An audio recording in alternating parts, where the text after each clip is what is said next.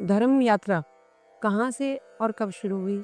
देखो, धर्म ही जीवन का मार्ग तो सबके लिए होना चाहिए, लेकिन जो सन्यास का मार्ग है उसको हमने चुना और यही सनातन धर्म सिखाता है। जब माया की मुक्ति हो जाए वही सन्यास है। संविधान तो बाबा साहेब अम्बेडकर द्वारा बनाया गया था। आपने इस पर असहमति जताई है।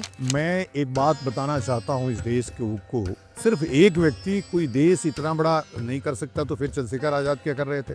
299 लोग क्या जख मार रहे थे? केवल अम्बेडकर संविधान बना रहे थे। गुरु जी, आपकी काली सेना का परमाध्यक्ष कहा जाता है आपको। क्या यह संगठन किसी युद्ध की तैयारी कर रहा है? जब जरूरत पड़ेगी तो इस धर्म रक्षा के लिए शस्त्र उठाएंगे। स्वामी जी, क्या आप मानते हैं कि भारत अब हिंदू राष्ट्र घोषित कर देना चाहिए? मुसलमान रूपी जो बीज यहाँ हम छोड़ गए थे, आज वो वृक्ष बन करके हमको ही छोटा बना करके समाप्त करने पे आमादा है। मैं वो प्रयास कर रहा हूँ कि जो गलती 1947 में हुई उसका संशोधन किया जाए। भारत का संविधान हिंदुओं के लिए जो हमारा राम राज्य था उसकी स्थापना किया जाए और 2035 तक निश्चित रूप से भारत को हिंदू राष्ट्र बना देना मेरा लक्ष्य है। नमस्कार, मेरा नाम सोनिया कौशिक है और आप देख रहे हैं यूथ ऑब्जर्वर। आज की कड़ी में हमारे साथ हैं एक सन्यासी नहीं आंदोलन है, एक संत नहीं चेतावनी है, स्वामी आनंद स्वरूप जी, काली सेना के प्रमुख, राष्ट्रवादी विचारधारा के रक्षक और सनातन धर्म के निर्भीक प्रहरी। स्वामी जी, आपका बहुत बहुत स्वागत है हमारे चैनल यूथ ऑब्जर्वर में। स्वामी जी, आपकी धर्म यात्रा कहाँ से और कब शुरू हुई? नहीं, मेरी धर्म यात्रा तो जब से मैं पैदा हुआ तब से धर्म यात्रा ही चल रही है जी। और मैंने धर्म को बहुत नज़दीक से मेरी माँ के चरणों में बैठ कर के सीखा। फिर गुरुओं के सानिध्य में, जो मेरे कुलगुरु थे उनके सानिध्य में रह कर के धर्म को सीखा। जी। माँ हमेशा हमारी जो धर्म का ज्ञान था, शास्त्रों का ज्ञान था, उसको देती रही। तो वहाँ से तो मेरी यात्रा शुरू हुई। आपके पूछने का तात्पर्य मेरी संन्यास यात्रा से था। जी, संन्यास यात्रा मेरी 2004 से शुरू हुई और 2004 के बाद मैंने आज तक जो अभी सनातन धर्म की पुनर्स्थापना का जो दौर है, आदि शंकर ने जिसको पुनर्स्थापित किया था, उन्हीं के मार्ग को, अहम ब्रह्मास्मि तत्वमसि के सूत्र को लेकर के जन जन तक जा रहे हैं।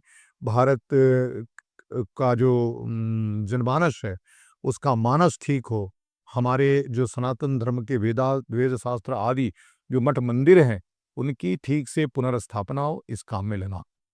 मेरा कहने का तात्पर्य ये था गुरु जी, आपकी जो आध्यात्मिक यात्रा कहाँ से शुरू हुई और वो कौन सा क्षण था जब आपने तय कर लिया था कि अब धर्म ही जीवन का मार्ग है?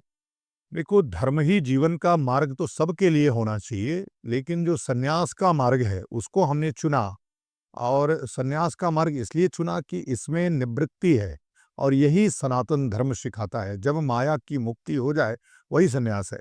तो हमने जो माया की मुक्ति का अभियान शुरू किया वो है 2004 से, जब अपने गुरुओं के सानिध्य में बैठ करके हमने सन्यास ग्रहण किया। अब हम लगातार उस धर्म का जो प्रचार है वो जन जन तक पहुंचा रहे हैं। गुरुजी, संविधान तो बाबा साहेब अम्बेडकर द्वारा बनाया गया था, लेकिन आपने इस पर असहमति जताई है। तो फिर कौन सी ताकतें थी जिन्होंने इसे तैयार किया? आप इस पर क्या कहते हैं? देखो, मैं एक बात बताना चाहता हूँ इस देश को कि यह नरेटिव जो सेट किया गया ठीक वैसे ही कि इस देश को आज़ाद गांधी ने कराया। जी। सिर्फ एक व्यक्ति कोई देश इतना बड़ा नहीं कर सकता, तो फिर चंद्रशेखर आजाद क्या कर रहे थे? फिर भगत सिंह क्या कर रहे थे? फिर राजगुरु क्या कर रहे थे? फिर पंडित राम प्रसाद बिस्मिल क्या कर रहे थे? सुभाष चंद्र बोस क्या कर रहे थे? ये लोग क्या कर रहे थे? वैसे ही जो नैरेटिव सेट हुआ कि इस देश के संविधान निर्माता भीमराव अंबेडकर हैं। आप सोचिए कि जो व्यक्ति संविधान सभा के बनते समय संविधान के 243 अनुच्छेद बन जाने के बाद संविधान सभा में सम्मिलित हुआ हो, वो कैसे संविधान का निर्माता हो सकता है? तो 299 लोग क्या जख मार रहे थे? केवल अंबेडकर संविधान बना रहे थे। 22 समितियों में से एक समिति प्रारूप समिति के केवल अध्यक्ष थे और प्रारूप समिति का काम क्या था आप जानते हैं? जो स्वयं ये कहता हो कि हम असली प्रारूपक नहीं, असली प्रारूपक BN राव हैं, उसको कैसे आप संविधान निर्माता कह सकती हैं? तो यह जो नैरेटिव सेट किया गया वोट बैंक की राजनीति के लिए, अंबेडकर को महामानव भगवान बनाया गया वोट बैंक की राजनीति के लिए, वैसे अंबेडकर न थे, न उनकी पूरी गैंग है आज। जी। गुरुजी, आपकी काली सेना का परमाध्यक्ष कहा जाता है आपको। क्या यह संगठन किसी युद्ध की तैयारी कर रहा है या ये सिर्फ वैचारिक? देखो क्या है, वैचारिकी तो बहुत हो गई, बहुत सारे ऐसे संगठन हुए जो वैचारिकी हुए, और जब युद्ध की बात करते हैं तो युद्ध कोई केवल हिंसा नहीं है, वैचारिक युद्ध भी एक युद्ध है। लेकिन जब ज़रूरत पड़ेगी हमारी, तो हमने हमेशा, हमारे गुरुओं ने, हमारे ऋषियों ने, हमारे देवताओं ने हमको शिक्षा दिया, समय-समय से उनके इतिहास पढ़ने का अवसर मिला कि धर्म की रक्षा समय-समय पर शस्त्र से और समय-समय पर शास्त्र से होनी चाहिए। तो अभी जैसा जो समय आएगा तो शास्त्र से उसकी रक्षा कर ही रहे हैं। जब ज़रूरत पड़ेगी तो इस धर्म रक्षा के लिए शस्त्र उठाएँगे, युद्ध भी लड़ेंगे, इसलिए कि शास्त्र कहता है कि अहिंसा परमो धर्म, अहिंसा परम धर्म है, लेकिन अहिंसा परमो धर्म, धर्म हिंसा तथैव च, धर्म के लिए हिंसा उससे भी बड़ा धर्म है। तो हम शास्त्रों की बात करते हैं, और धर्म की रक्षा के लिए शास्त्र और शस्त्र जो भी उपयोगी होगा उसको उठाने का ये कुछ। स्वामी जी, क्या आप मानते हैं कि भारत अब हिंदू राष्ट्र घोषित कर देना चाहिए? और अगर हाँ है, तो कैसे और कब होगा? देखो ये तो गलती हुई, अंबेडकर भी इस बात को मानते थे जी। कि यह जब पूरी तरह से देश धर्म के नाम पर बंटवारा हुआ, इसका एक राष्ट्र बना जिसका नाम इस्लामिक रिपब्लिक ऑफ पाकिस्तान हुआ, तो दूसरे का नाम हिंदू रिपब्लिक ऑफ हिंदुस्तान होना चाहिए था। वह जो गलतियां हुई, वह 75 वर्ष बीत गए संविधान को, और आज़ाद हुए 78 वर्ष हो गए, लेकिन आज भी उन गलतियों को हम लगातार और दोहराते जा रहे हैं। मुसलमान रूपी जो बीज यहाँ हम छोड़ गए थे, आज वो वृक्ष बन करके हमको ही छोटा बना करके समाप्त करने पे आमादा है। मैं वो प्रयास कर रहा हूँ कि जो गलती 1947 में हुई, उसका संशोधन किया जाए। भारत का संविधान हिंदुओं के लिए जो बी.एन. राव साहब ने बनाया था, वो पूरी तरह से लागू किया जाए। न हो तो इस पूरे संविधान को ही समाप्त करके जो हमारा राम राज्य था, उसकी स्थापना किया जाए, और 2035 तक निश्चित रूप से भारत को हिंदू राष्ट्र बना देना मेरा लक्ष्य है। और इस देश के समस्त जितने सनातन धर्मी योद्धा हैं हमारे जैसे, उनका लक्ष्य है 2035 तक भारत हिंदू राष्ट्र बन जाएगा। कैसे? शास्त्र से और शस्त्र से, दोनों से।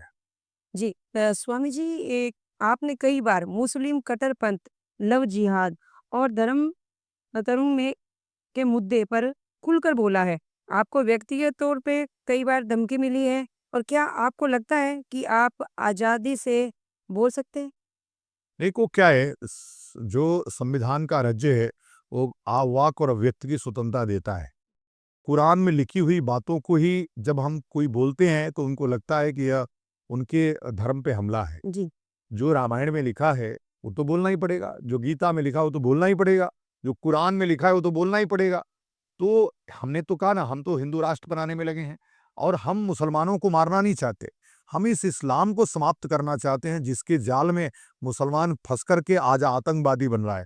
हमको किसी मनुष्य से, व्यक्ति से, हम तो सर्वे भवन्तु सुखिनः सर्वे सन्तु निरामया सर्वे भद्राणि पश्यन्तु मा कश्चित् दुर्भाग् भवेत् की संकल्पना जो हमारे शास्त्रों ने दी, उसको लेकर के चलते हैं। लेकिन वहीं धर्म हिंसा तथैव च, धर्म की रक्षा के लिए हिंसा, राक्षसों का वध हमारे देवताओं ने किया है। ज़रूरत पड़ेगी तो हम शत्रुबोध करके, ये धर्म का शत्रु कौन है, उसका वध करना पड़ेगा, तो वध भी करेंगे। जी। गुरुजी, आज का युवा धर्म से करता जा रहा है। इंस्टाग्राम, रील्स, व्हाट्सएप, फेसबुक के बीच सनातन कहाँ टिकेगा? आप युवा पीढ़ी को क्या कहना चाहेंगे? देखो मैं इन सब चीज़ों का जो सदुपयोग है, तमाम युवा ऐसा है जो मंदिरों को दिखा रहे हैं। तमाम युवा हैं जो हिंदू धर्म की अच्छाइयों को लोगों के तक पहुंचा रहे हैं। तमाम युवा ऐसे हैं जो हमारे वीर जवानों को दिखा रहे हैं। आज बी.एन. राव 1 मिनट में पूरे देश में छा गए। यह सोशल मीडिया की ताकत है। उस ताकत का जो सदुपयोग है उसको करना चाहिए, दुरुपयोग की तरफ नहीं जाना चाहिए। तमाम अश्लीलताएं जो परोसी जा रही है, उस पर रोक लगनी चाहिए।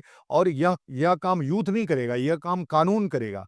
कानून बना करके यूथ उधर न जाए, इसलिए कि जो बुराई है वो ज़्यादा अपनी तरफ आकर्षित करती है, जो अश्लीलता है वो ज़्यादा आकर्षित करती है, और इससे जो हिंसा हो रही है उस पे रोक लगेगी। इसलिए कंट्रोल सरकार को अपने हाथ में रखना चाहिए, और इस प्रकार के काम करने वाले लोग जो अश्लीलता परोस रहे हैं, हिंसा परोस रहे हैं, उन पे तत्काल लगाम लगानी चाहिए, कानूनन उस पे रोक लगानी चाहिए। जी। स्वामी जी, महाकुंभ जैसा आयोजन आज पर्यटन से ज्यादा वीआईपी इवेंट बन गए हैं। क्या आपको लगता है कि इनसे आप साधु संतों और श्रद्धालुओं की आस्था को चोट पहुंचती? बिल्कुल चोट पहुँचती है। कुंभ हमेशा हमारे मंथन, चिंतन का स्थान होता था। हम वहाँ पे दान, धर्म स लोगों को सिखाते थे। आज वहाँ पे लोग ऐसा इवेंट मैनेजमेंट कर दिए हैं कि लोगों को दिखा-दिखा करके दिखा-दिखा और जिस प्रकार की अव्यवस्थाएँ फैल गई हैं, लोगों को इतनी असुविधा हुई इस बार कि मैं कह नहीं सकता। जी। लेकिन आगे से ध्यान रखना चाहिए कि जिससे उसका नुकसान हो, जिससे धर्म तत्व का नुकसान हो, जिससे अधर्म तत्व बढ़े, उस पे रोक लगानी चाहिए और कुंभ इसी के लिए था कि हम सनातन धर्म को आगे 6 वर्ष कैसे चलाएँगे?